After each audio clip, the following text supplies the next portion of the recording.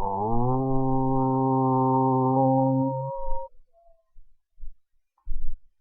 Namaste Satete Jagat Karanaya Namaste Chite Sarvalokasharaya Namo Deta Tattvaya Mukti Pradaya Namo Brahmane Vyapane Shashvataya Om Triambakam Jajavahe Sugandham Pushtivardhanam Urvarukmiva Vandana Mrityurmukshiya Amamratat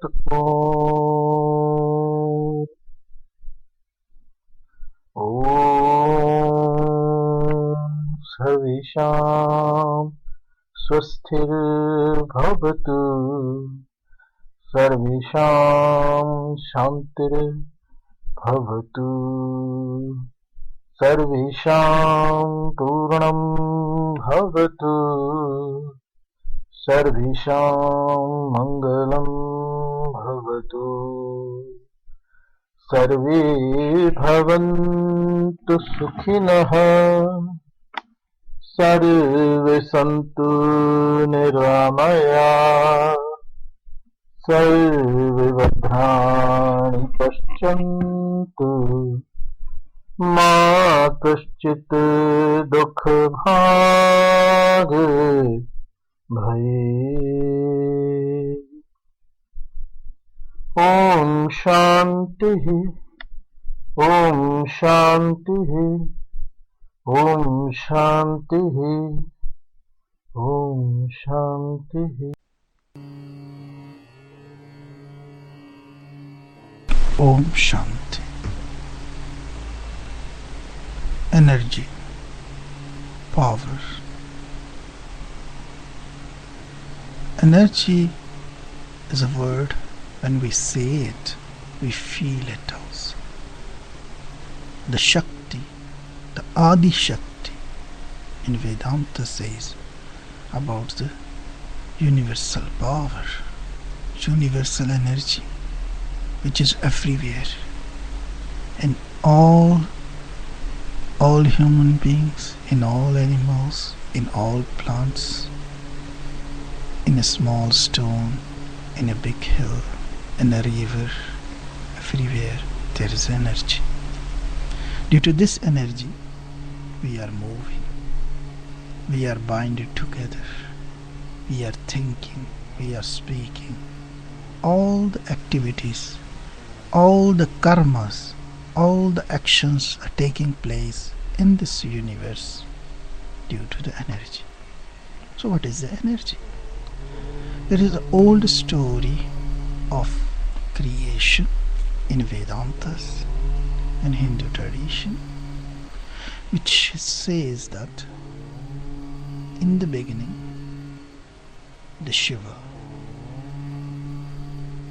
was sleeping, and then came the energy, the Adi Shakti, started dancing along around him and making circle around him, and due to which Shiva got awakened, came out of his sleep, and then the creation begins. With the breaking of the silence, meditation of Shiva started the creation. The geometrical forms are formed.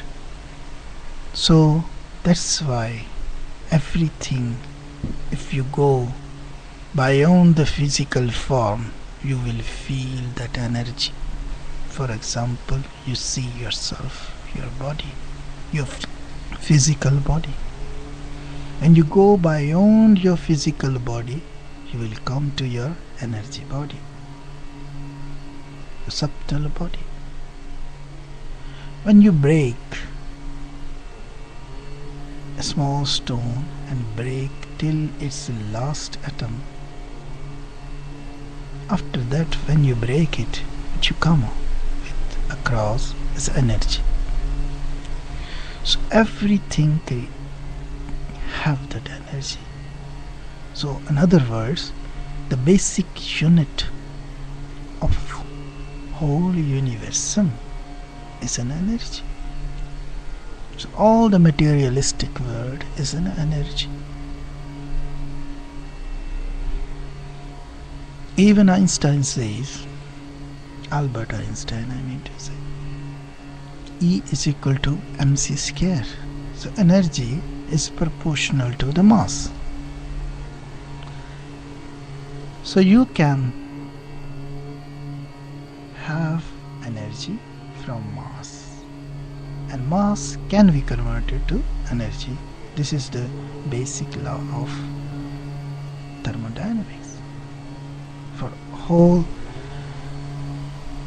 whole life, Einstein was busy with that. To refine it, I should have to say this, refine it, because it was there before he found it, and was felt by different people before him, like the rishis. They also talk about energy. In yoga they talk about energy. In tantra they talk only about energy, the Adi Shakti. This is a spiritual energy. There are different forms of energy. It can be spiritual, it can be physical, it can be metaphysical. There is always energy. So this energy, this Shakti, is the basic unit of creation. People are still looking for that. They are spending billions of dollars in one project in Switzerland. All the best brains are working on it. They want to find out the basic unit. I tell them, just go sit at home, find the silence in you, and find the basic unit in you. This is energy. So the mystical way of thinking for energy is not just reproducing something to start my car, to get more profit out of it, but it is beyond that. To experience this energy inside you, you have to feel the silence. You have to hear the sound of silence. After hearing the sound of silence, you will find there is some frequency running in you. There is some thrilling running in you. This is the energy, the Adi Shakti. In Hinduism, you can see the different forms of this Adi Shakti, this energy. When she is just calm, happy, she is like a Kanyakumari, a small little girl, playing around. When she gets somehow angry, she becomes a Durga. When she gets more angry, she becomes Kali. There are other forms of this Adi Shakti also. When you use this energy in intellect for learning process, it becomes Saraswati. When you use this energy to gain something materialistic, then it becomes Lakshmi, like a Dhana Lakshmi. So there are different forms of energy, but this is one thing. This is one form which manifests in different forms. So there is energy, and there is a God himself, the Shiva, which has different forms. Only form cannot do anything. all forms need energy to do some action. So our karma, our action depends upon energy. Which kind of energy we are using and how we are using that energy. If we are using our energy in a wrong way, then we are creating conflict in ourselves and around us. And that's why we are getting bad effects of that energy. So-called bad effects. Because we are creating bad karmas, wrong deeds.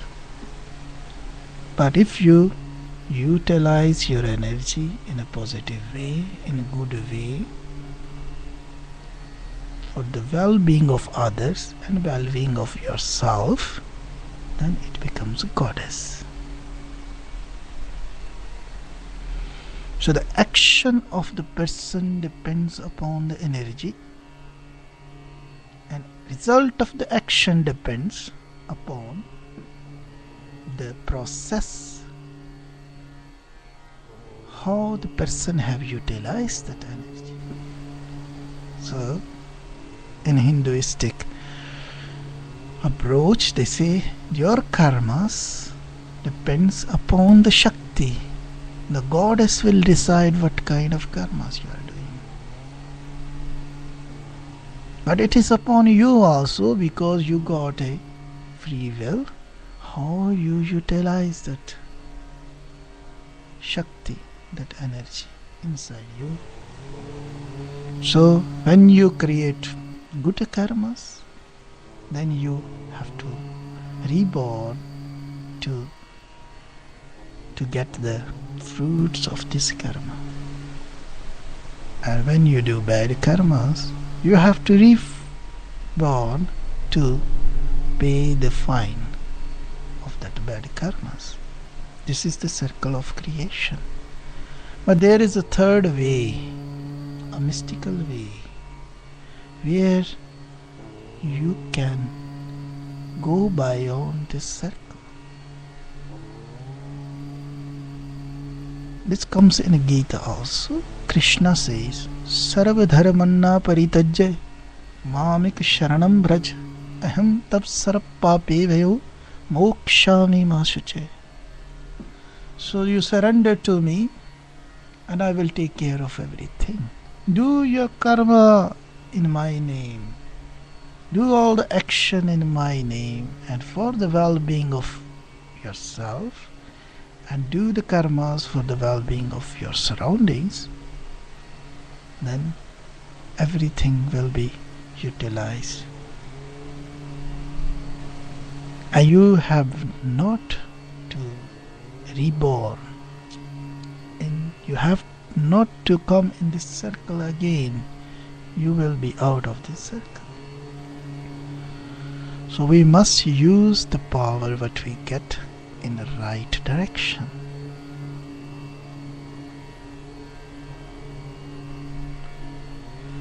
The energy of falling fall of water is of two types. It can be kinetic energy, it can be potential energy. So kinetic energy is which we get from the motion of an object, of a thing. This kinetic energy is active and produces a direct effect upon the surroundings. Whereas a potential energy is the capacity of an object which can do something around its form, inside of that object or outside of the object. This is the scientific way of thinking. But I also say that our thoughts have also energy. The biggest energy, if something have, is the idea. The one idea can change whole universe. This had happened, it is happening, and it will happen always. One small idea from one small brain can change the world. Name it would be socialism, communism, a religion, a spiritual path, or Nazism. Name it. This all comes from small brains, an idea. So an idea is bigger than the universum itself, because universum itself is an idea, a one idea from our beloved God. Anyway, so the energy in that thought is a kinetic when we think, but when we are not thinking, this energy of thought remains in our brains like a potential energy.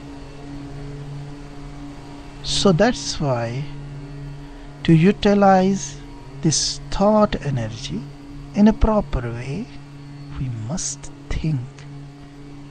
We must be a thinker. All action should be done on the basis of thinking. We must not react upon the other's action. We must first think. Then we utilize the potential energy inside us in a proper way.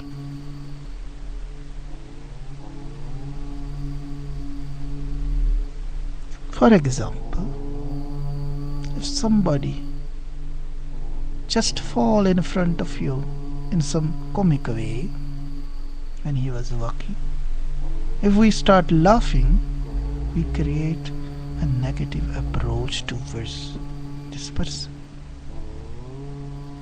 But if we just think about him before just reacting in a comic way,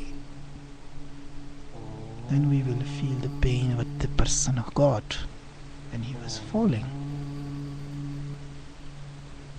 So in this way, we will be more concerned about this person, and we will not laugh upon him, and will go and help him. This approach is required everywhere, day-to-day life. People laugh when others fall, and feel pain when they fall themselves. That's why the world is chaos. When there is an effect of crisis on others, we don't care. That's when this same crisis comes upon us, we cry for help, and then we abuse the others. We say always, oh, these people never help me. This all is a thought process. We have to break the cycle of action and reaction, and we have to start thinking. Then only the evolution going to happen, not a growth. Now we are growing in numbers, we are growing in technology, we are growing in different form. This I used to call it is just a small growth. Evolution is happening just horizontally on one same plane. There is no any evolution, no growth on a vertical position, no growth in other planes. That's why human beings for thousands of years are still in the same mental status of getting power. Humans are hungry for power. They don't have that power, they don't have that much energy, so they are looking from outside by controlling others, utilizing others' powers. Maybe it is manpower to run a factory, maybe spiritual power to utilize the spiritual energy of others. It is all the same. Always they are looking for that power, for that energy. They are hungry for that power. because they are growing horizontally, in numbers, in quantity. But we have to grow vertically, we have to go up. We have to make an evolution vertical side. And then only we will start using our brains. Now, most of our brains go to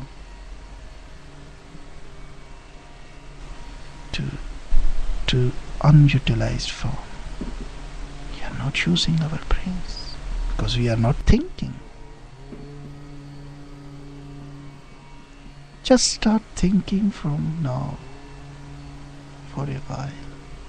You will see that you will meet some new person inside you, a new fellow who can think. And the beauty of thinking is that how more you think, how more you grow. Like when you use your muscles, go to fitness, do some weightlifting, do some cycling, you utilize your muscles and they grow. If you give proper food to them also, they grow. And they get more capacity to work out. Similarly, when you think, your brain can do more, can work more. Each time you utilize your thinking energy, which was in a potential form, when this awakens, then you utilize more brain, and then the more complex pathways of neurons start working.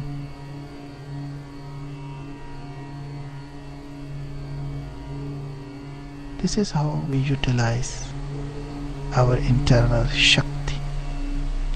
So what is Kundalini Yoga? Pure mystical path. People are afraid about it. Sometimes people can't handle that so much energy one time bursts inside them.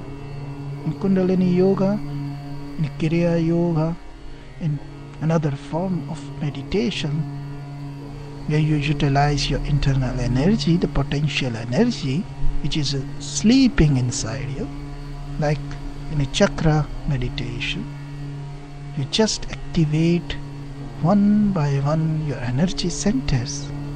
These are the chakras. We have 7 chakras, we have more chakras, we have thousands of chakras inside our body. So the main chakra is Sahasrara, is the upper part of our brain. When we can activate that, then we utilize more brain. Then we can think beyond the normal human IQ. That's why the people who are enlightened, they can think in a different way. They are the mystics. Then people don't understand these people, what these are saying. So they name them mystics, mysterious people. Because they talk mysterious. And what is mysterious? Because they are using their brains beyond the normal IQ, average IQ. So when you concentrate on your 7 chakras, you stimulate them with some kind of vibrations, internal or external. Externals are the singing of mantras, internals are the having the perception of that mantras inside you. When you stimulate these energy centers, so slowly the potential energy, the Adi Shakti, the Kundalini, which is sleeping inside you, start getting up, and the coil starts open, the snake starts moving to upwards in higher planes, and one of another day it reaches at the Sahasrara, the top of your head, and then you start using your head. But that happens, a lot of people can't handle that energy because there's so much amount of energy and burst out. You see the light. The Moses was not able to see that light. He closed his eyes. That was too much intensity was there. But when you practice and try to see again and again, you get habituated to that light. And then you can see the world in different dimensions. Now we are living in a three-dimensional world, and we are seeing that world with our eyes, which can perceive only two dimensions. But when we go up, go higher, then we see the world in different dimensions: 4th, 5th, 6th, 7th, 8th, 9th, 10th, 13th, 21st, 100. There is no limit. There is no limit.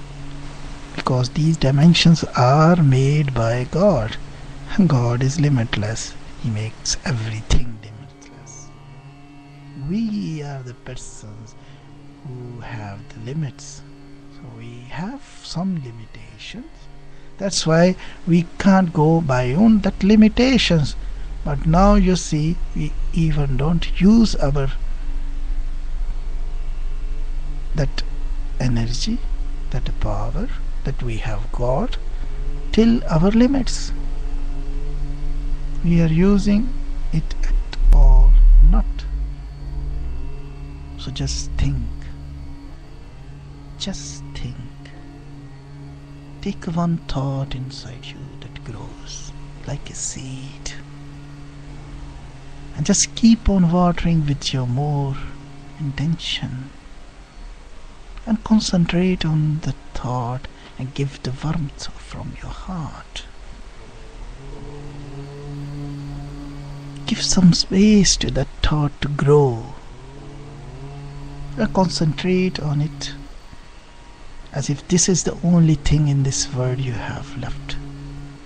You will see with this mystical power how the magic happens, and you get that light that was inside you. Because that one thought also contains same potential energy. You don't need to follow all the religious texts. You don't need to learn about the lives of other mystics, other prophets, other gods which were here or are going to come. No need. Just sit inside you. Just find your own path. Pick up one thought and think about it. The day you become a thinker, the day you become mystic. And the day you become mystic, all the mystic paths open for you to utilize the unknown, to utilize the Adi Shakti, to utilize that potential energy which is inside you. This is the only and only one thing that mankind has to learn now. Otherwise they will keep on growing on their horizontal path, on their materialistic path, or they will keep on growing on the other side of that horizontal line in their spiritual path.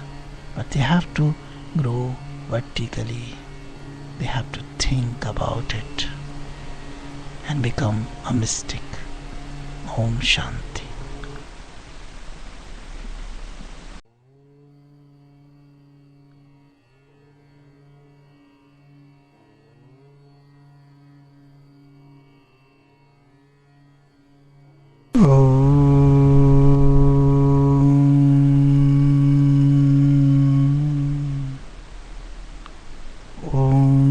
Omkaram Sugandhim Pushtivardhanam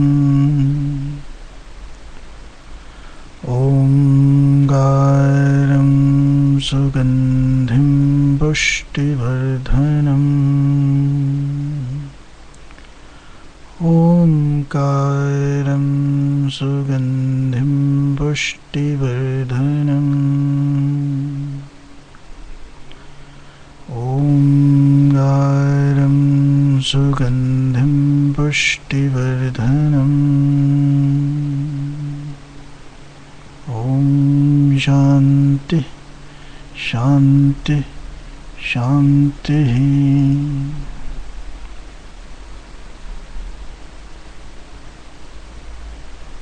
The sound of silence is quite a mysterious word, a phrase. Normally, if you say there is a sound or there is no sound, and that is a silence. But the mystics always talk about another sound, a sound which is not created by clapping of two hands or by the friction of two things. Anahadnad, a sound which is created without any clapping, without any friction of two things. It comes itself out. This is the sound of silence. In this mysterious sound, you are not hearing anything, but still you have to listen it. In old Vedic traditions, they have called it Om. It's not O-M, Om, that is A-U-M, Om. How will you pronounce it?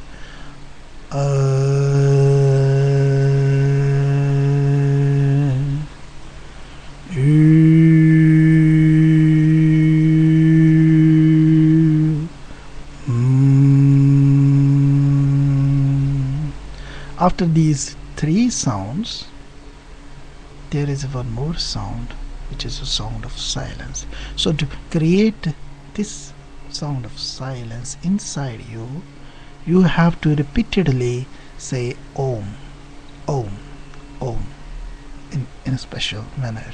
Buddhist monks say in another way, some people say in another way, but this sound of silence, if you want to hear, you have to hear from inside of yourself.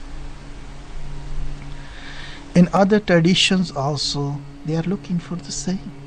It's not a property of only Hindu religion or Vedantas. It belongs to the universal, because the silence is not a property of one religion or one particular class of that religion. It's for whole universal, not only for humans. The sound of silence you can feel when you detach all your five senses from this world, and then you try to experience your things, your world, your universum and yourself in another dimension, where you use your sixth sense, the sense of balance. So how it works? Have you ever seen a man who can't see properly, or a blind man? You can see that one sense is not working, so he is having four senses. And then what happens in his brain? The other sense, one of other sense, take up that work, which will start working more. That's why you can see a man, a person who is a handicap, have some other talent which come out of is another sense. There are people who don't have the hands. For one or two reasons, their hands are cutted or are not working. Then they can write with their foot. So this is the human's property. This is the property of life itself, to find out the way how it works. So this is the effect of one sense. If you detach your second, third, fourth and fifth, all senses, how your brain will work. It will become a siddha. A siddha person who has control over his five senses gets another siddhis, another powers from another universe. And where you will see that the person is sitting in a silence. He has experienced that music of silence.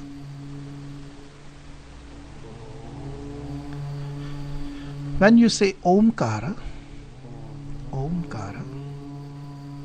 doesn't make any sense, because this word has no meaning. It's just a symbol of silence. But when you sing it with heart, then you start experiencing this particular sound which it creates.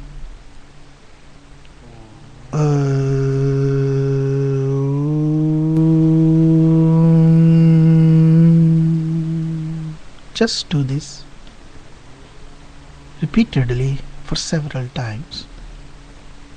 You can do it 100 times, you can do it 1,000 times, you can do it more and more, or you can do it just like that without counting. It doesn't matter. But you have to concentrate on the vibrations and the frequencies of this sound.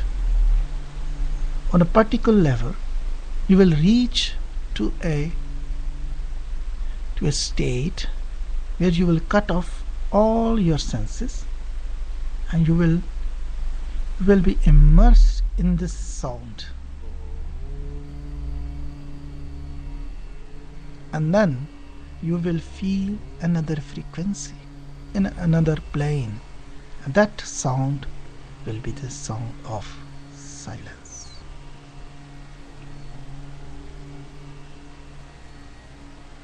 First, your body will start vibrating. You will feel the vibrations which you have never felt, and you will hear some sounds in your ears like chin, chin, chin, chin, chin. And then these sounds will become more and more intensive. On a particular level, you will stop hearing from outside world. You will only hear these sounds. And after a while, you will develop more.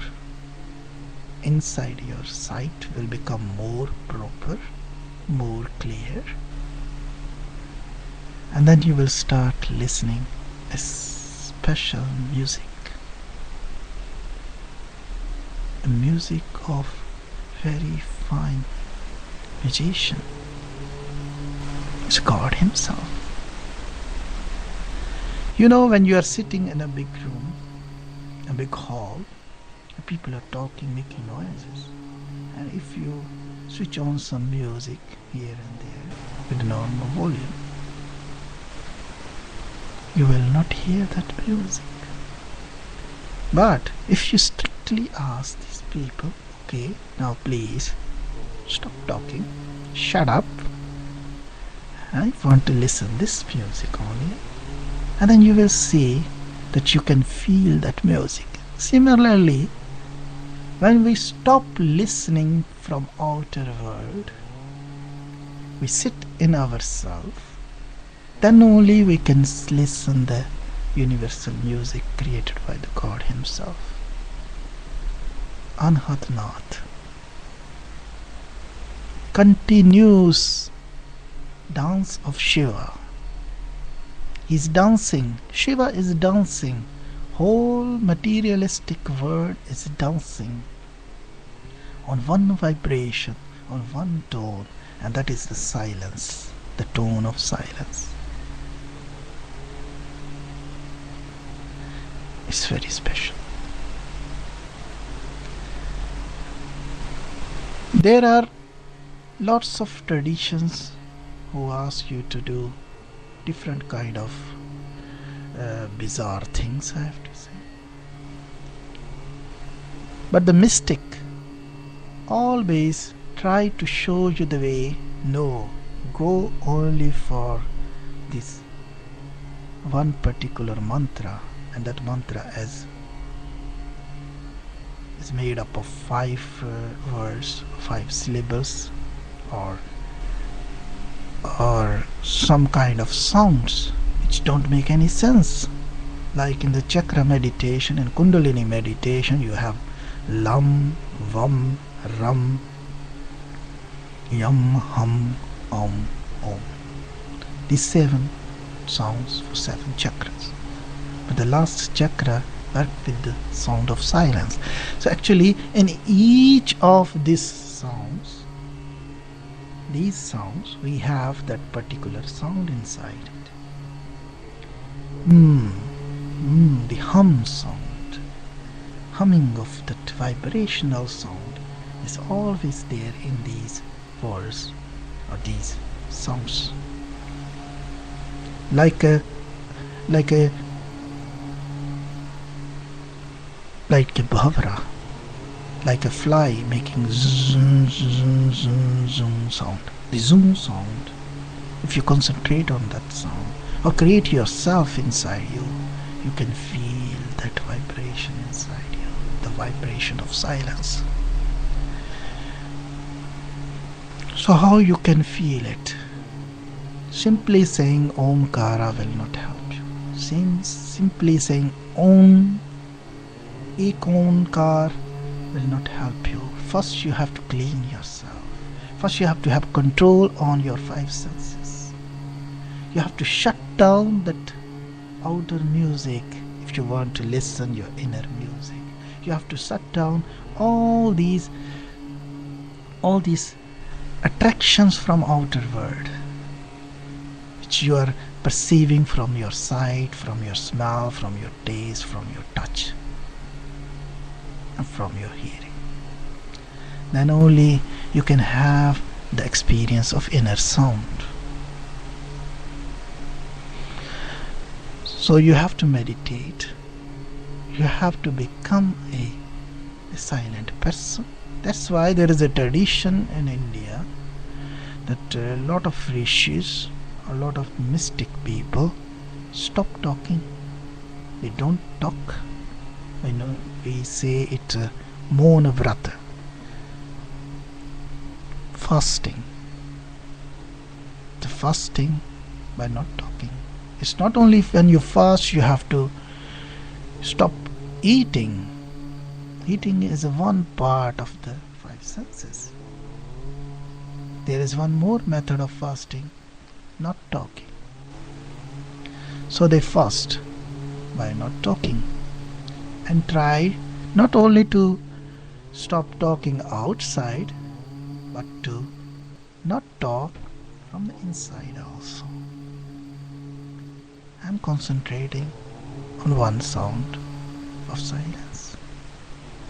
And the practice for different times, it can take 5 years, it can take 10 years, it can take 1 life, it can take 10 lives.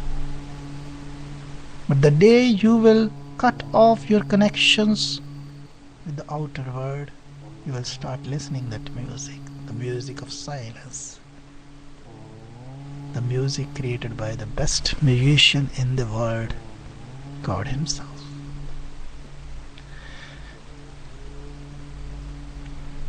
God has created so many things.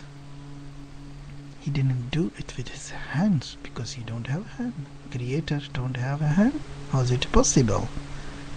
We are human beings. We think in our ways, and we think whatever happens best in the world, in the universe, is done by the humans or something which is similar to humans.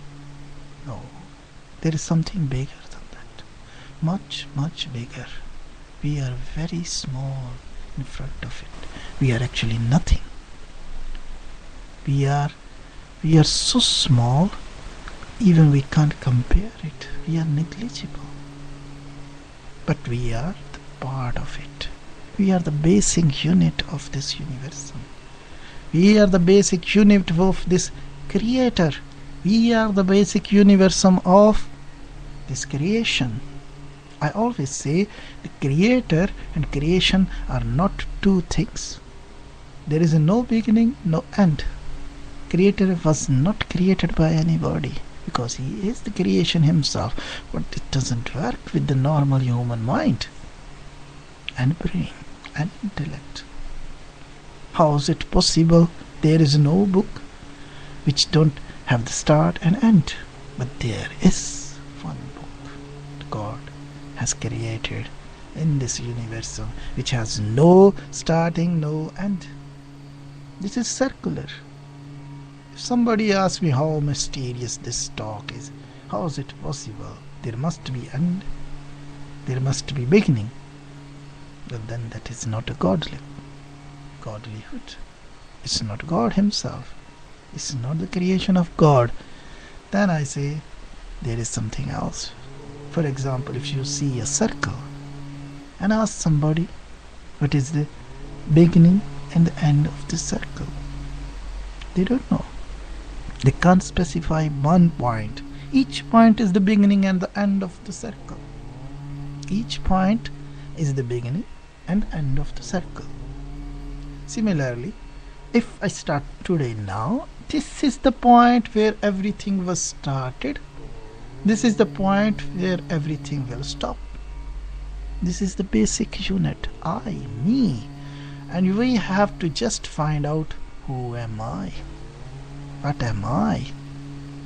Because the day we learn what we are, we will also learn the properties of God himself, the creator, the creation. We are the smallest particle in this world. We are the smallest experience of all the experience in this universe. But to experience ourselves, we have to detach ourselves from the outer world. And detach means not like that you have to cut your hands, you have to remove your eyes. No. You have to just stop that perception from outer world. You have to just turn your perception from outside to inside.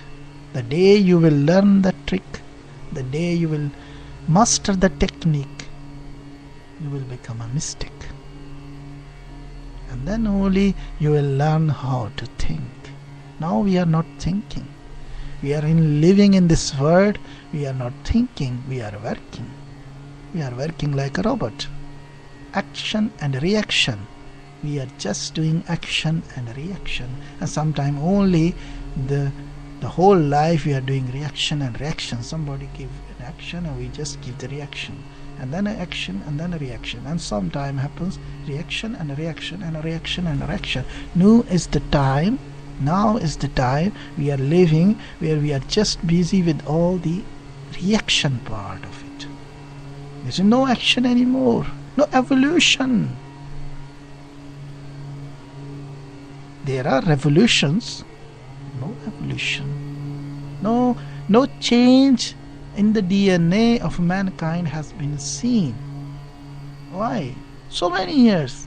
No evolution.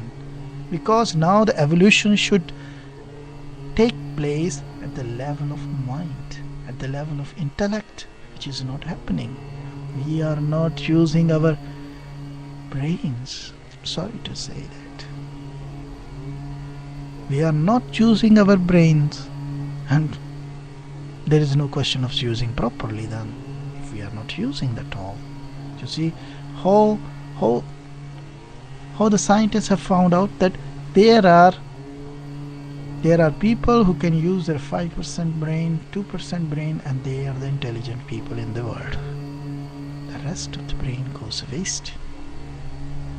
But there are the yogis who have cutted all their connection with the outer world, but still they can use their 100% brain, and then they can travel from one place to another with their imagination only.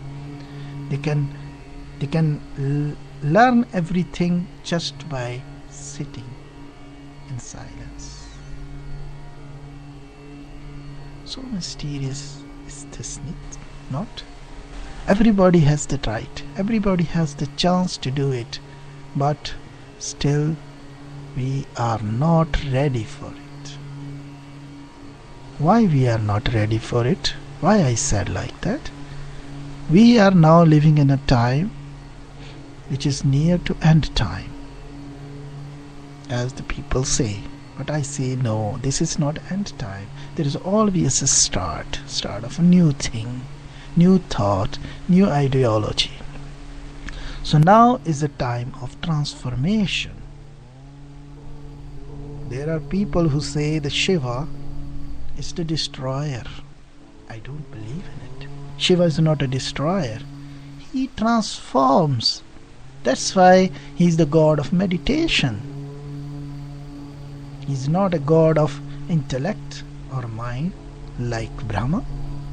He is not a god of people living in this world like Vishnu, where you do the bhakti and you get him. No, Shiva is the symbolized figure of meditation knowledge of transformation, how you can transform from one thing to another. There is never destruction. There is no destruction possible in this universe, because we are made up of same element, one thing. We came all from one place and one thing which made us. This is a silence. First there was nothing. There was silence. Out of silence came out everything. First noise of silence, first tone of silence, they say it was Omkara. There is a difference saying Om and feeling Omkara itself. Just to understand Omkara, you have to say it thousands of times to feel it. You have to say it millions of times. So by listening the sound of silence inside of you, you can experience the beginning and the end of the universe.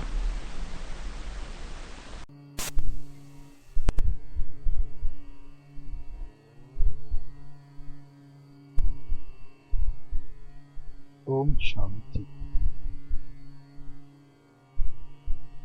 Mysticism is not just mystery. Mysticism is beyond the mysteries, a path to find out the answer to all the mysteries, all the questions in this world. Ultimate knowledge is in the mysticism. It might be a religion, it might be a spiritual path, it might be any other ideology in this world of mankind. There will always be a mystic, a person, a philosopher, a leader who will show the path of truth, the path which leads to the ultimate.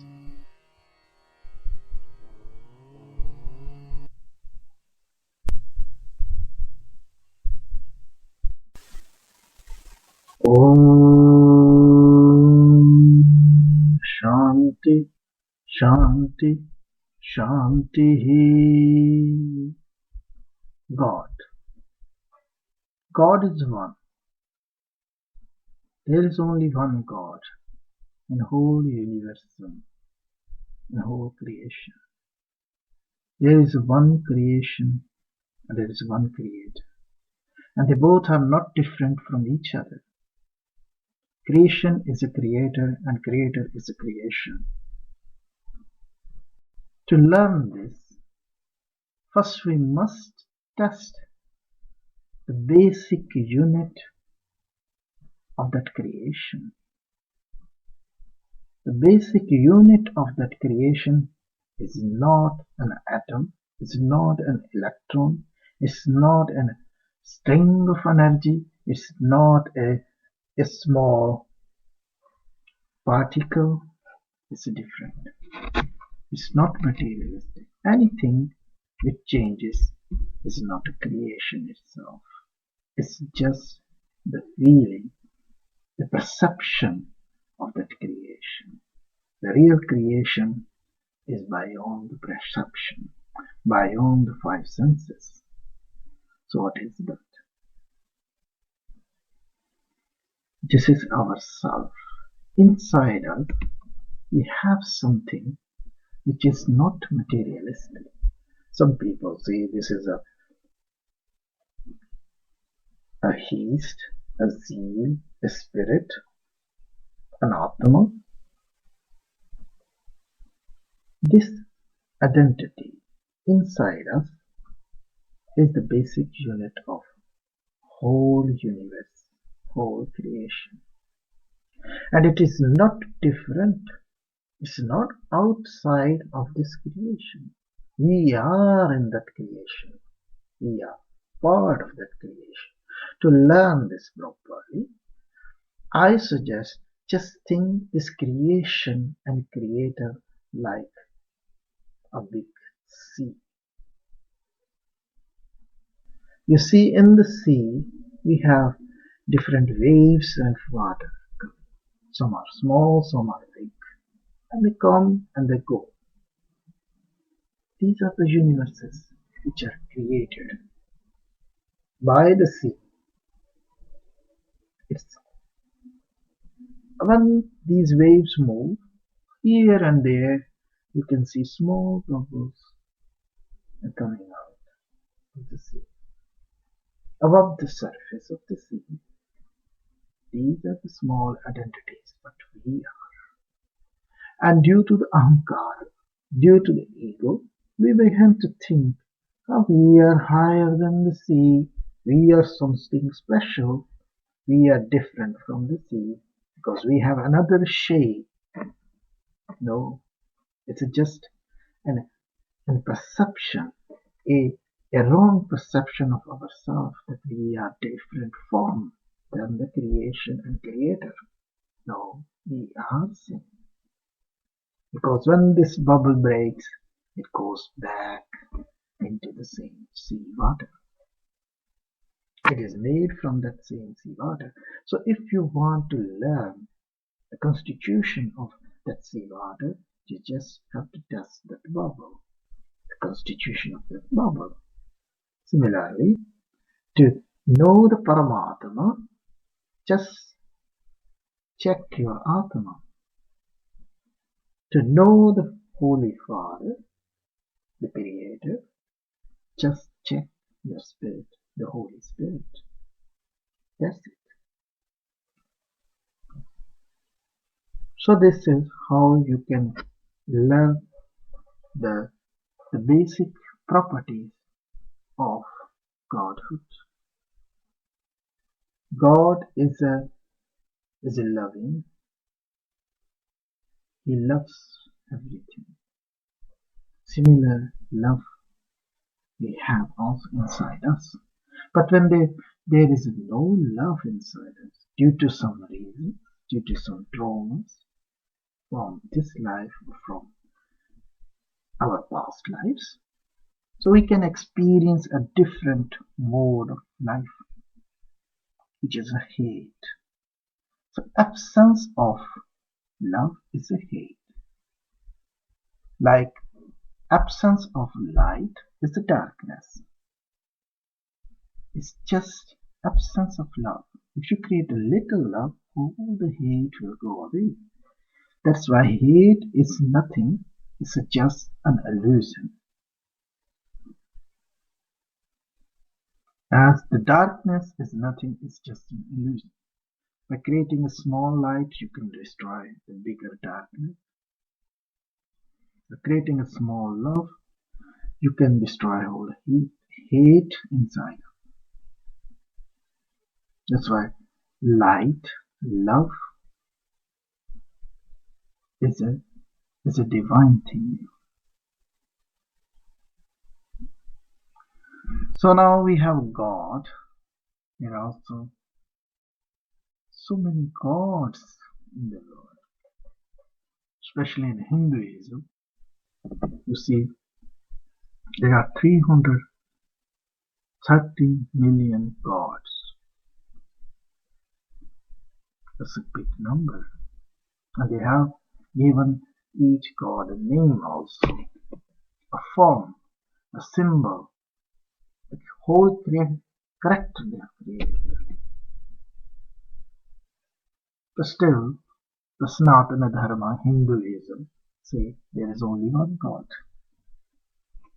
How is it possible? It is possible because God is one, but He manifests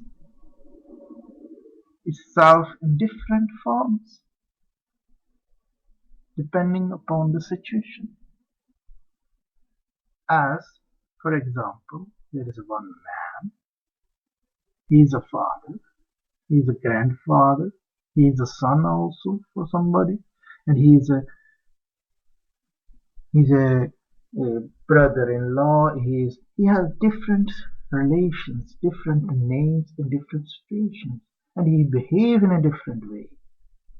And his character also different in different relation, but still he is one person.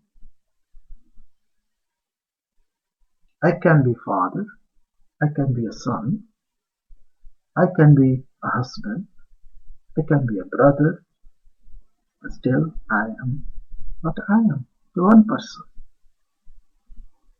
So this is how we define God. So the God is one, but he manifests in different forms. He can be a god of rain, he can be a god like the sun, he can be a moon, he can be earth, he can be any form, or he can be without any form. There is a big fight going on in the world. No god has this shape, no god have no shape. So for the particular shape or no shape, it doesn't matter. It's just our perception from our five senses. Actually, we are inside the God, like a fish. She wants to see the sea, she can't see it. How you can see God yourself? You are sitting inside the Creator. In the creation you are sitting. So Vedas say we don't have that eyes to see, but we can feel it with our senses. We can have that perception with our sixth sense of balance. This is how it works. So God is one. He manifests in different forms. Om Shanti, Shanti, Shanti. Om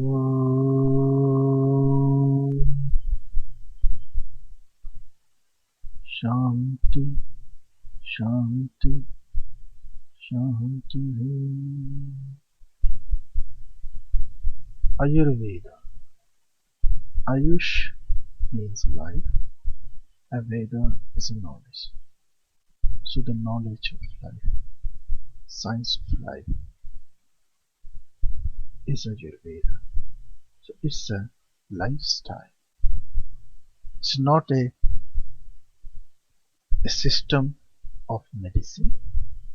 It's not just a small system of medicine. It's a wide, it's a bigger than that. So in Ayurveda, we talk about the daily routine, which is very important. We must respect our daily routine. All the scriptures say the same. We must respect this discipline. So, what is that Ayurvedic daily routine, if you may ask?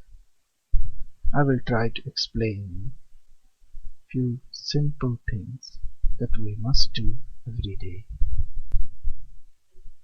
as we wake up in the morning, early in the morning. So, according to Ayurveda, the people must get up early in the morning before the sunrise, or at least the time of the sunrise, if possible.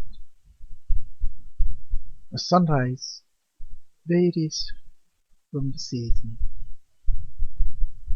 and when you get up, it also depends on of which type you are, which dosha you have. Are you Vata, Pitta, or Kapha? For example, the Vata people should get up about 6 a.m. and Pitta people by 5:30 a.m. and Kapha people by 4:30 a.m. according to the scriptures.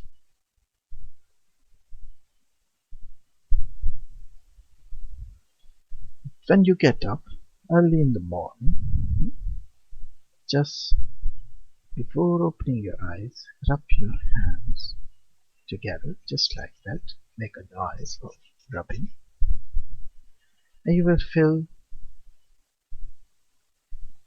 an energy by the friction. You create an energy in your hands which will make a heat, which will produce a heat. And then put both of your hands on your eyes, which are still closed, and feel that energy, feel the thrilling in your hands. And then slowly remove the hands from your eyes and look at your hands. Try to see the lines on your hands, on your palms. And just concentrate on the shapes of your hands. And then think mentally, I can do it.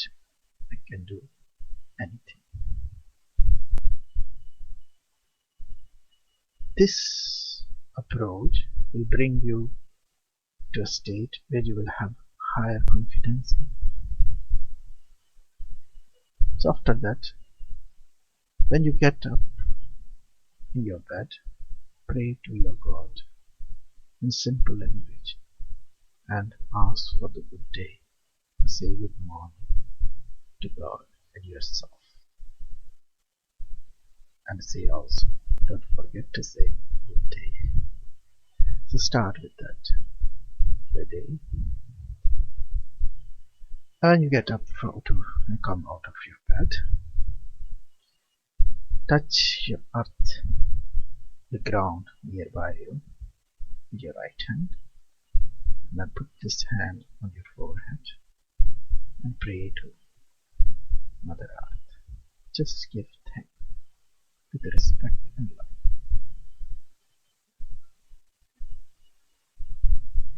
Then come to your bathroom and here you clean your face first. And you just take some water in your cup of your hand, and cold water or just room temperature water is good. And clean your eyes, face and mouth. Clean all the excretions on your eyes. And then blink your eyes 7 times and then treat your eyes in all directions. Dry your face with a clean towel. So this eye wash you can also do on the basis of your doshas. For example, if you are a Tridosha eye wash, if you want to do, just take Tiruphala eye wash. Take some uh, 3 fillers, uh, a very small amount of 1 pinch of table powder, and 1 cup of water. Boil for 10 minutes and after filter it and wash your eyes. For bitter eyewash, use cold water or just put some rose water in it. You should waste from an organic rose petals, and clean your eyes with that, not with a commercial rose water which contains also chemicals which are not good for your eyes. Now for the cough of people, try to dilute some cranberries juice, 3 to 5 drops in a teaspoon of distilled water, and wash your eyes. And then drink 1 or 2 glasses of water which is of room temperature. Most preferably it should be put it in a cup of copper for whole night, and then drink this water. This will help to clean all your GIT tract, and it will clean your kidneys and stimulate your peristaltic movements. Movement of bowel will be easier. It is not a good idea when you drink bad tea and coffees early in the morning. It creates stress, which causes problems with the kidneys, and causes moreover constipation and other habit forming things can happen to you. Then go to the evacuation, just go to the toilet and sit there and try to do the toilet in the same place every day to get used to it. If you are having a constipation problem, drink more water so to create some pressure in your GIT tract.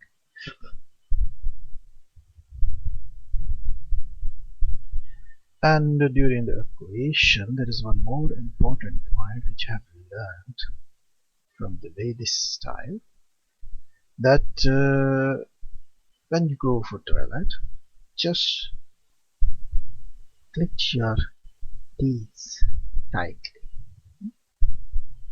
So upper teeth and lower teeth on the same side with frontal teeth I'm talking about. Just force them together. By doing this, it will help you to reduce the strokes, heart attacks. Most of the time, the paralysis strokes happen in the morning when the person goes to the toilet. Heart attacks happens at that time. Why? Because when you just pass your bowel out, then you feel more relaxed. And in this relaxed situation, the body reacts in such a way that there is a chance of getting stroke or heart attack easily because you are vulnerable for this. So if you want to avoid this, try this method. This helps.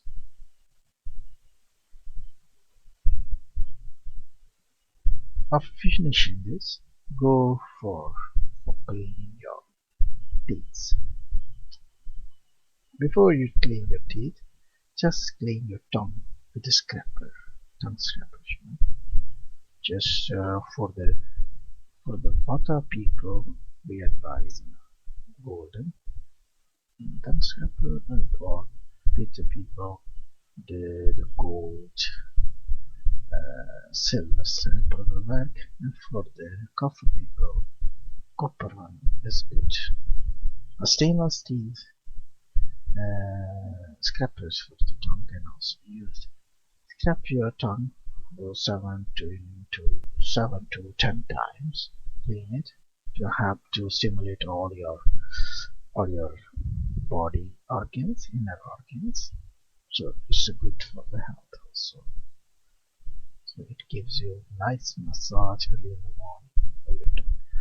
Then clean your teeth.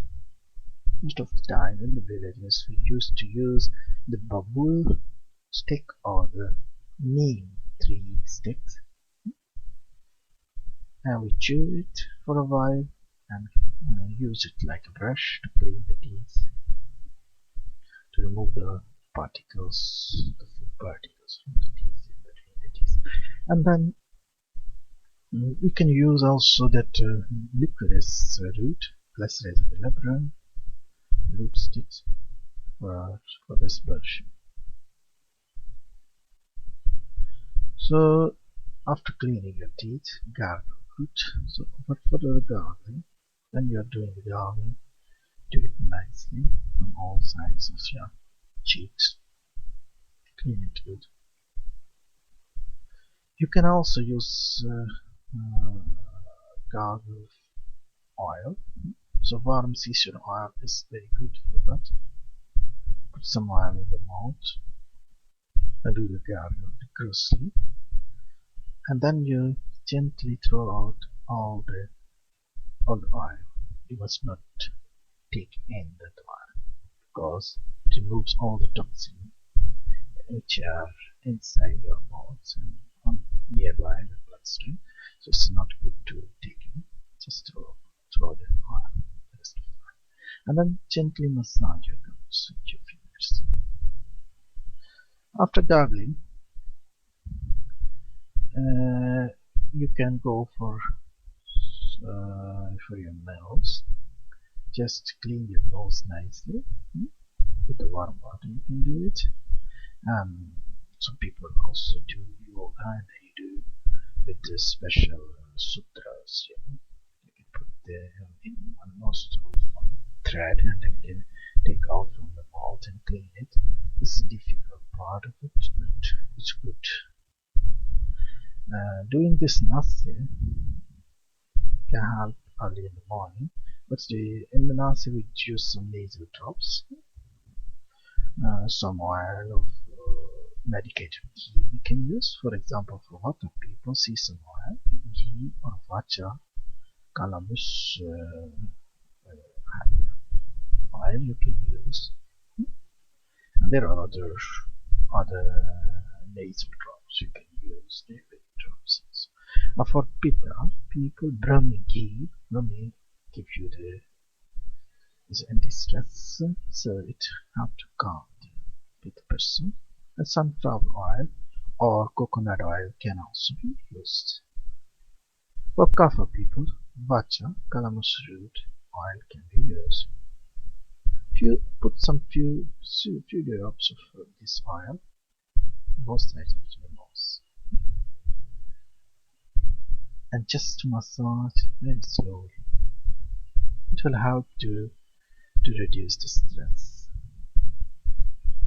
and also clean your sinuses and improve your voice and vision and mental clarity. After this, you can use Karnapurna. Karnapurna is oil drops in your ears. So you can use this thing if, for example, there are conditions you are hearing some noise in your ears. Excess of fats you are feeling in your ears. Poor hearing, locked jaw, this kind of problem. If you have other vata related problems to the ear, you can use the oil. Simply use warm sesame oil in each ear that can help to reduce these disorders. After this, you can go for a bath, but before going to the bath, we always recommend a simple massage for your head and your body, a small abhyanga for yourself. You can put some warm oil on your head, in the middle of your head, at the 7th chakra, and just slowly rub your scalp, the oil inside with your fingers and all. It makes you happy and give you strength and help to reduce the hair loss, graying of hairs, and Then you put some oil on your body also, whole of the body actually. For the water people, you can use sesame oil, or for the bitter people, you can use some sunflower oil or coconut oil or some other cool oil. And for coffee people, you can use sunflower oil or mustard oil.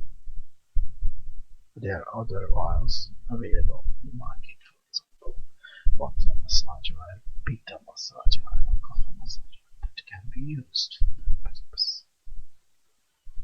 After that, just take a bath with not much hot, not much cold water, and you can use simple herbal soaps to clean your skin also. And you must put on nice dress, don't forget about it,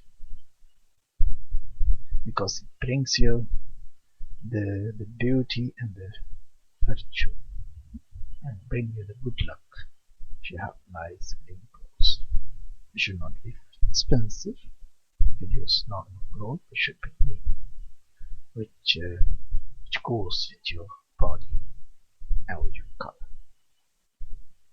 You can use the perfume, but I preferably don't ask for the perfumes which are made nowadays from the chemicals, but natural scents you can use, made from essential oils and other things, It's good for your body. For the water people, we can say that they can use henna or amber perfumery. And for pitta people, can use sandalwood or jasmine. And for the kapha people, you can use either amber or musk. After that, you can use some exercises, like yoga exercises and some stretching exercises, some kind of movement which help to improve your circulation, your strength, and give you the feeling of well-being also. Because when you are doing exercises what you like, you produce more endorphins in your body, and these endorphin molecules elevate your thought process and make you feel more happy. So I used to recommend people to do some exercise in the morning so that they can feel happy whole day. And for the water people, we recommend also sun salutation, Surya Namaskar, 12 times, and some other small yoga postures they can also use. For the pitta people, we recommend moon salutation, so in the evening you can do so to be more after-cooling. And for the kapha people, again, the sun salutation or Surya Namaskar, we can say, then for 12 times. For the kapha people, they have to do it a little faster, rapidly, whereas the water people can do that slowly. The pitta people also do the exercise slowly. And after the exercise, just do some pranayams. And that is a very simple exercise. What we do here, we breathe from one side and then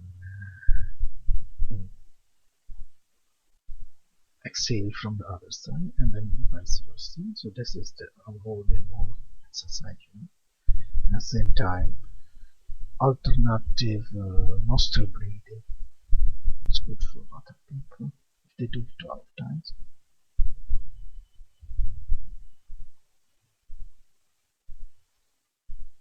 So for 16 times, cooling shiftly breathing.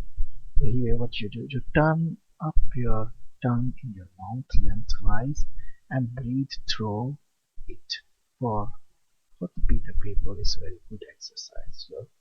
So you roll your tongue here and breathe through that tongue. It will make you cool.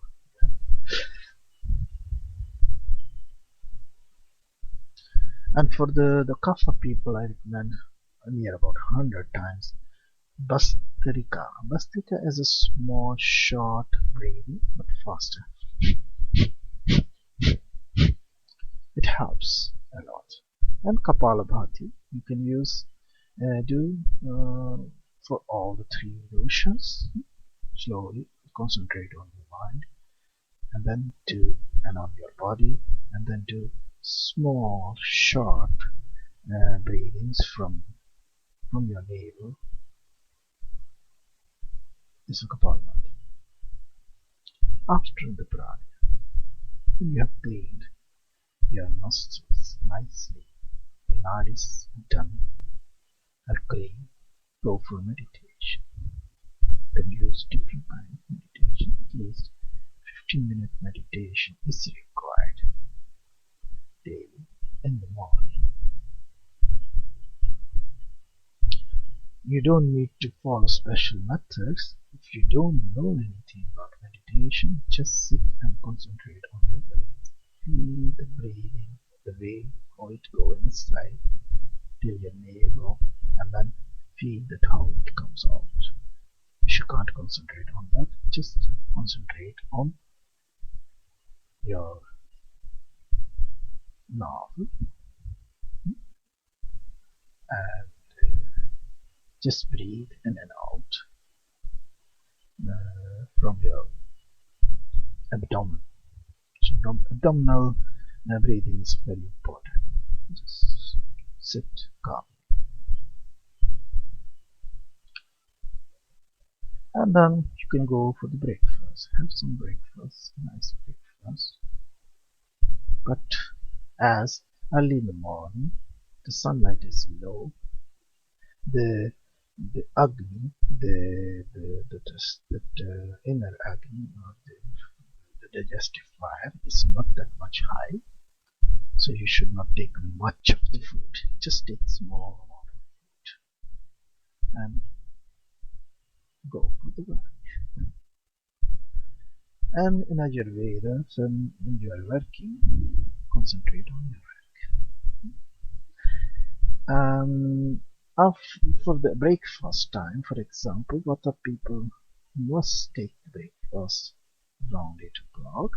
Pitta people can take breakfast 7:30 in the morning, whereas Kaphas almost 7 o'clock. Breakfast. And for the lunch, 11 to 12 o'clock is a nice period for Vata people. 12 o'clock is best for the Pitta people, and Kapha people can go for lunch from 12 to 1 p.m. And after that, you can go for evening dinner time. The Vata people must eat the food from 6 p.m. till 10 p.m. Whereas, some dinner should be done by 6 o'clock by Vata people, whereas Pitta people can go for food in the evening from 6 to 7, whereas Kapha people can go from 7 to 8. Similarly, sleeping time, if you see, the Vata people must sleep by 10 o'clock. Pitta people can go for sleep by 10 to 11 p.m., whereas the Kapha people can go for sleep from 11 to 12 p.m. Now while we are sleeping, the Vata people must sleep first on their back. Pitta people can sleep on your right side, whereas the Kapha people must sleep on their left side. This is all what is recommended in Ayurveda. Similarly, in the evening, you must meditate before go to bed. Just for 5 minutes. Just repeat what you have done whole day. It will improve your thought process. It will improve your memory. And before going to bed, you must clean your teeth, wash your face and eyes and clean your legs, and then go for ritual sleep.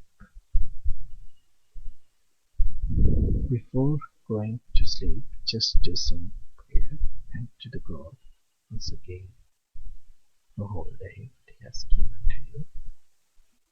And try to clean up all the thoughts which you have got the whole day from whole universe actually. All the good and bad energies that you have inside you, let's cleanse it. So sit and just take a deep breath and then breathe out and feel with the breathing out that this kind of smoke is coming out of your body, especially from the back, and with that smoke all the thoughts are going away from you and you're feeling more lighter and lighter each time you breathe. After that, go to sleep and say good night to yourself and to God. Thank you very much.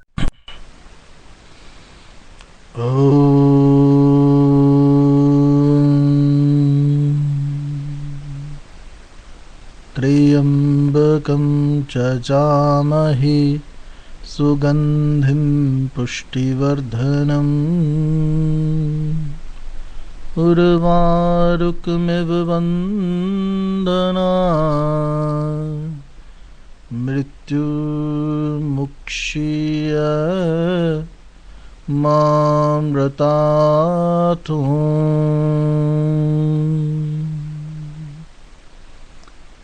ॐ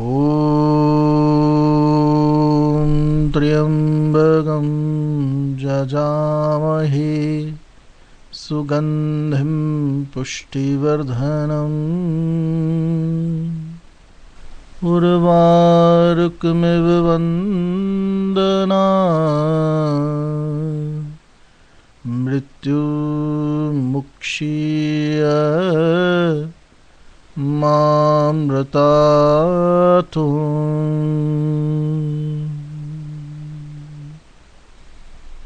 ॐ त्र्यम्बकं जजामहे सुगन्धिं पुष्टिवर्धनम् उर्वारुकमिव वन्दनात् मृत्युर्मुक्षीय मामृतात्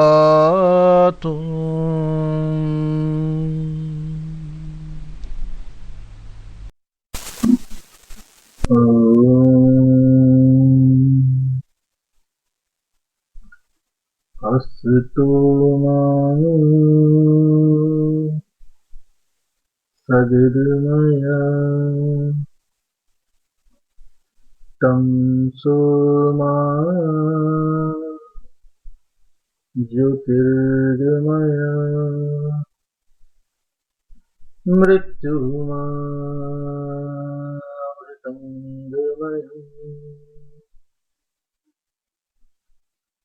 ॐ शान्ति शान्ति शान्ति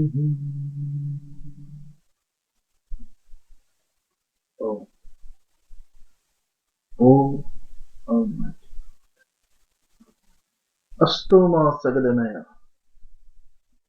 O God, O omnipresent God, O omnipresent God, O Om, O Omkara, transform me from untruth to truth. Change me. Give me the wisdom. Give me that truth knowledge, the true knowledge of the truth. What is untruth? Untruth is that we are mortal.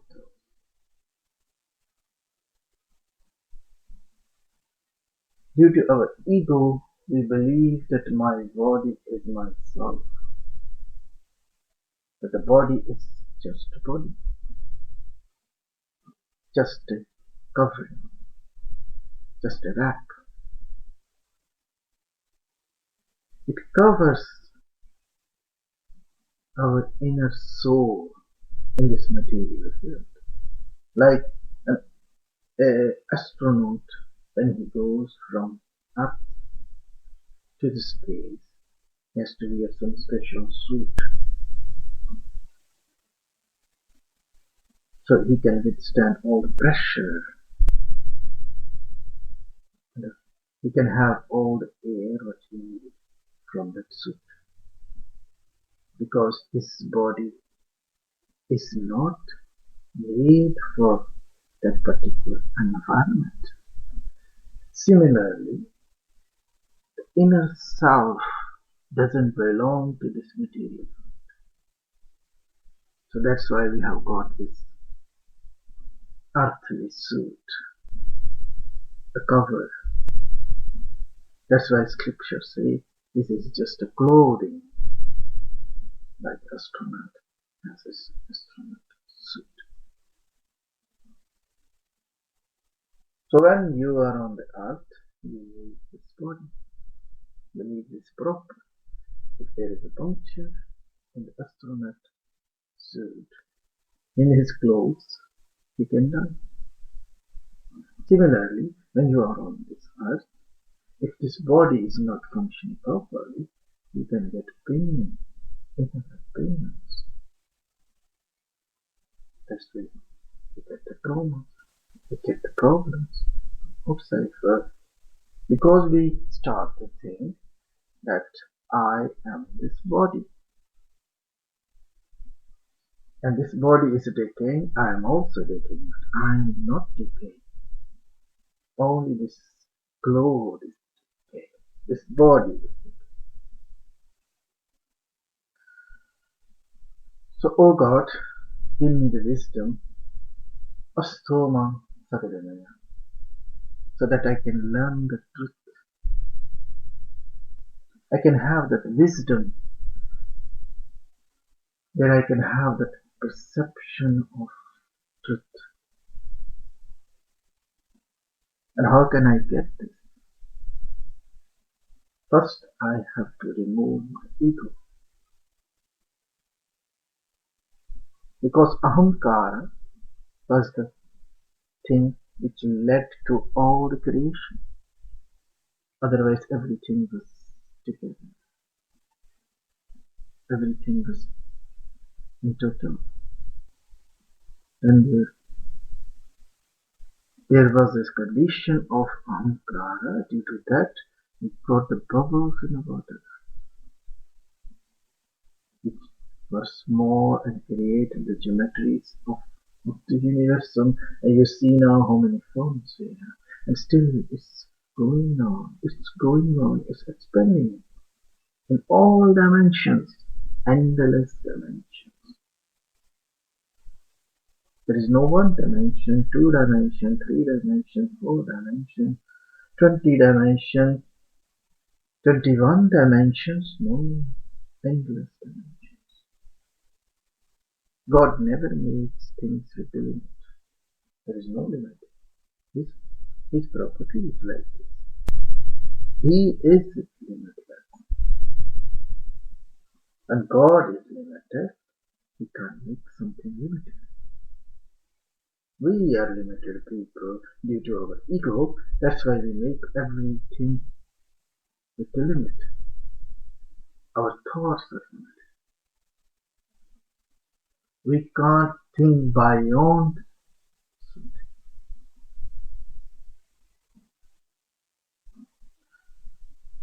Who created this all is a God. Who created God that limits us. That's why we are the limited people. We are the small people with a small thought, narrow mindedness. A God is not a narrow minded. We don't make one, two, four. We make infinite. His creation is special. He created everything from thin air, from nothing. From nothing comes everything out. From everything he creates nothing. This happens. You can visualize how one idea comes into your mind and you start thinking and working on particular idea and you can make big business. A small thought creates revolution. If a small thought can create a revolution, if this thought continues, it can create an evolution. It's a big difference. Evolution. So God created everything in the life. There is no limit. There is a second line in this mantra. It says, Tamso ma jyotirgamaya. Tamas. Tamas is the darkest side of the life. The life. Everything which makes you more materialistic is a tamas. Anything which makes you more spiritual is amrit, is a nectar, which gives you a real internal beauty. So, tamasoma jyotirgamaya. So with the light of wisdom, O God, with the light of wisdom, remove all this tamas, remove all this darkness, and mrityuma, mrityuma amritangamaya.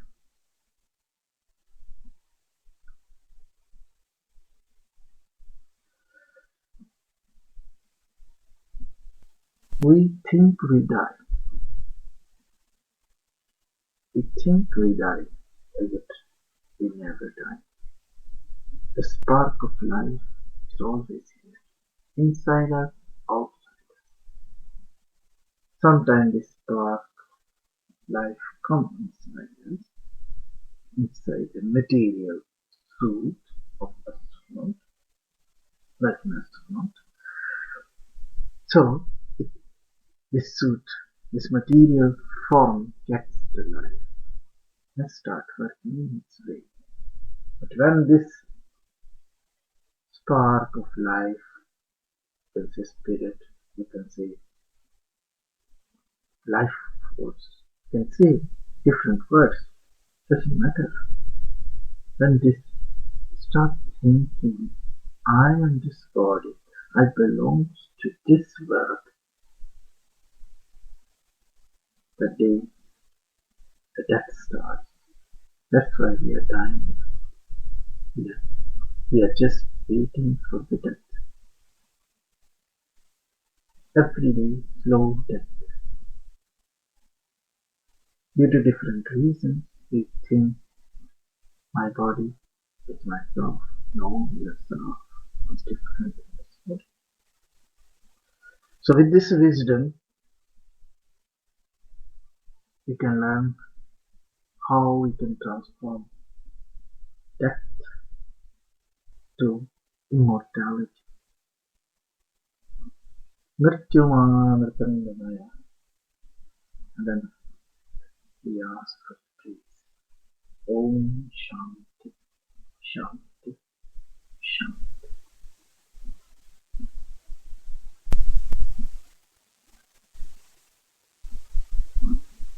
There are different ways of feeling this wisdom. You can understand this wisdom by just sitting and thinking internally about yourself, about the point which was the starting point of this material life. You can reach to that wisdom.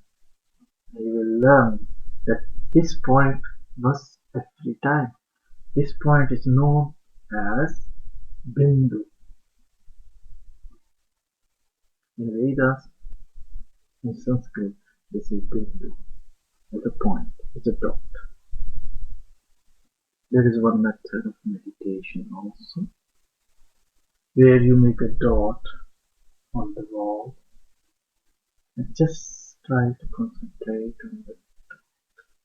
Look on it, stay on it, keep on looking until one time you see it vanish. There is no more that dot. And then you will start seeing this material world in different way, totally different way. This meditation helps a lot to the men, to the people who are more attached to this material world. Then they will visualize that it's not real. This is just a perception of five senses. You see it, you feel it, you smell it, you hear it, you taste it. This one. Just these connections make you to feel that this world is real. Scientists made lot of bizarre experiments. One of the experiments is that when they touch brain centers of some person, they have seen they just touch the brain center or stimulate it with something like electric or just touching it. The person start smelling. On the other center, person starts seeing something. So the external stimulations just through your five senses come to your brain and create all these perceptions. That's why these perceptions are not real. These are simple untruth. The real truth is inside you. The real knowledge is inside you. The things you learn without these five senses is the real eternal truth.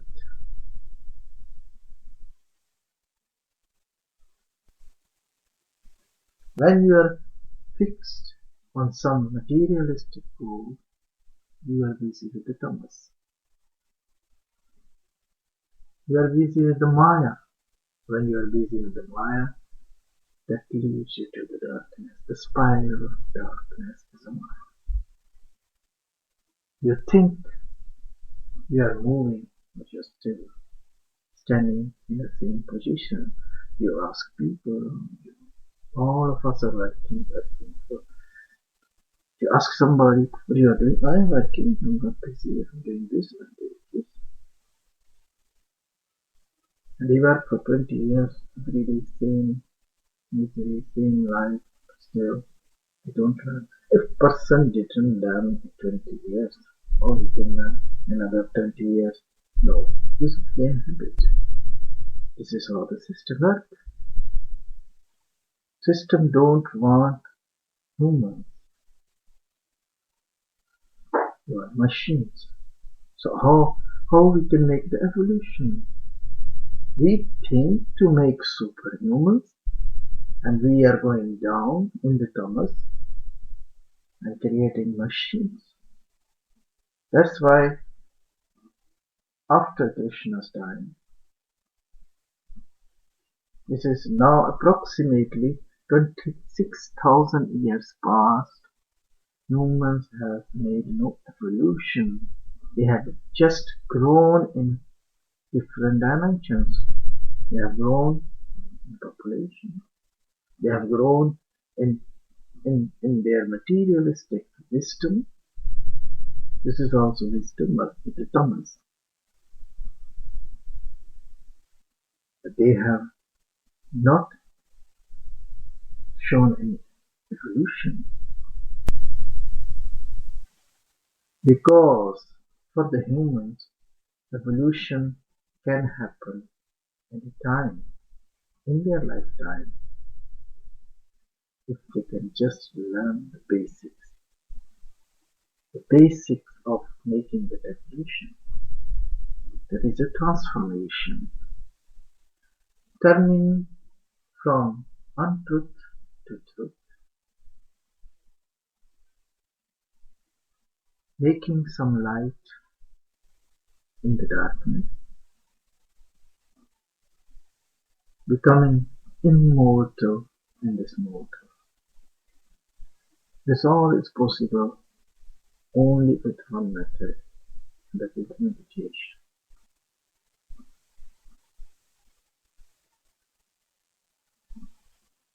Every day, if you can, count your 108 breaths and feel them, how they go inside and come outside. You will get enlightened. That's all. You don't need any mantra. You don't need any special rituals. You don't need anything. But the problem is, we don't want to have the simple solution. We need complex things. Because in these so many years, thousands of years, we have just grown in the complexity.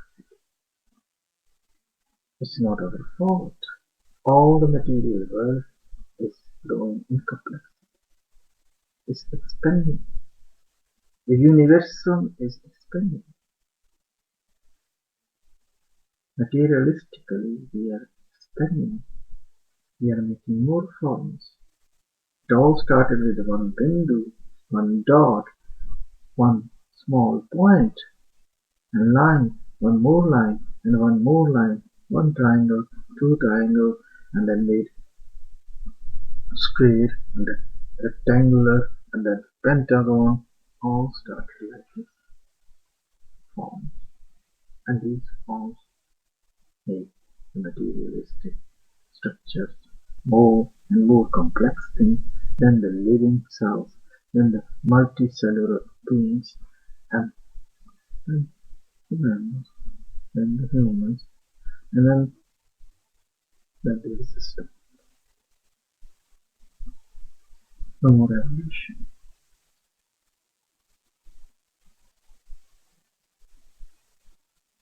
And it keeps on going thousands of years. Here came the master, came the gurus, prophets, who got the taste of that internal bliss, and they want to tell you, they want to give you the light, but you don't want to take it. You say, no, I'm not busy, I'm doing my work. When I will free, I will do it. And when you will free, I say, you don't breathe. If you breathe, just observe it. Just see how you breathe. It's not a difficult thing, just a simple path. You don't want to do that. I met one person, he spent 15 years of his life searching God. And I said, why did you find? He said, I'm still looking. And I said, where are you looking? I go on to different places in the way. I read all the books, scriptures. I read Bible, I read Quran, I read Bhagavad Gita, I read Upanishads, I read everything. Still, I didn't find it. He said, you are Jew, you are working with the Jew. Okay, Jew is good. You must know what to do. But once you know, then you have to do. So this person is not a doer. When you are not doing, there is no work. Work is simple. Transformation is simple. Just you have to change your perception. Now our perception is attached with the five senses. We have to use our internal force to perceive this whole knowledge. And this can be done very easily, but people are not doing because they are busy.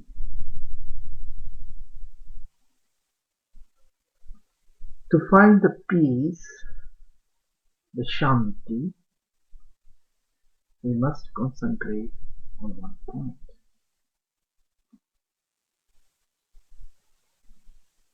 This mantra, if you repeat 108 times in the meditative meter, in special tone, like Om Astu Ma Sagadmaya Tamso Jyotirgamaya Mrityuma Mritangamaya Om Shanti Shanti Shanti, and keep on repeating and feel these words, feel the tone in that. You will see the light, you will feel the vibrations.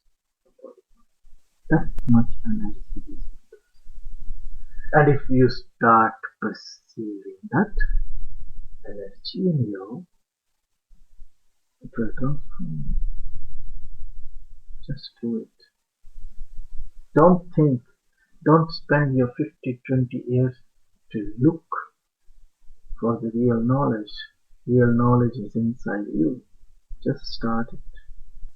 Do something and get the results. Om Shanti.